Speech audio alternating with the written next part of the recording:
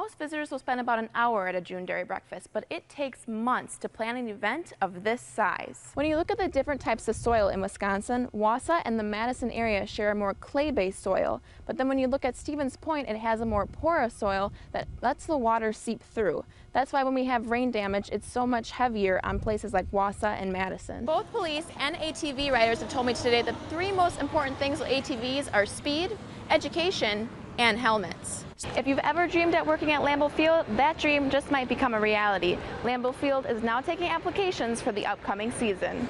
The Veterans of Foreign Wars Auxiliary President came from Connecticut to see the process of the newest monument. It honors the families of soldiers who died at war. Microwaving food, leaving pizza out overnight, it's all part of college life, but it's not always the safest way to prepare food.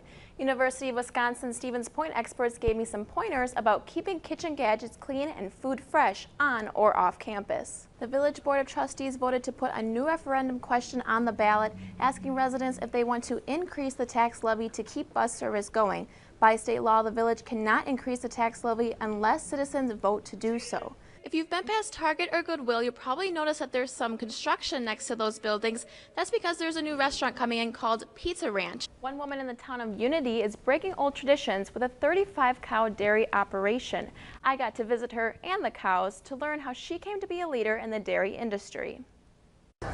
Everybody's got enough feed, huh?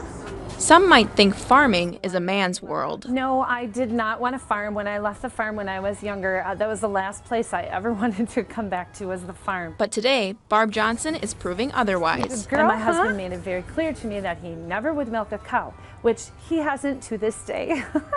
After growing up around the barn, I got put on the tractor and I got to learn how to cut hay and dig the fields. Barb knew her help was needed inside the barn after a 2003 bankruptcy incident. So at that point, my dad said, we've got some options here. We can get rid of the farm or we can raise calves again. And I just decided that I really wanted to milk cows again, that I was bored. I didn't have enough to do. So these days, Barb is up at 6:30 a.m. raising 35 cows. This is lucky. She went to the fair. Plus 7 acres of soybeans and 30 acres of corn. I've told many people many times that women cannot farm without men. What we're finding is that the women on the farm are doing more of like the animal labor stuff. They're doing the book work, they're taking care of the calves, they're doing the milkings, and they're just as able to do the farm work as the men are as well. And here in Marathon County, we have about 152 farms that are primarily operated by females. But Barb advises farmers, both male and female, to always ask for help. I'm warning you.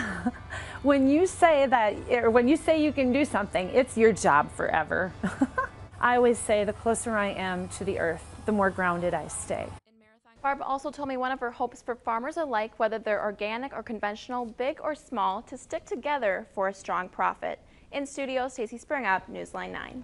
Sunshine, of course, great to get outside, and it was great for the golfers, and one man brought his A game to the course, all for a good cause. Newsline 9's Stacey Springob has his story.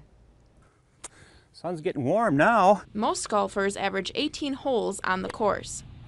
This 68-year-old decided that wasn't enough. 150 holes, and I expect to hit the golf ball about 900 times. And he's skipping the golf cart. He's walking the 150 holes. 30 miles. I like challenges, and this is a real challenge. From dawn. I don't know what part of me is going to give out first, but I hope it doesn't happen until after 8 o'clock.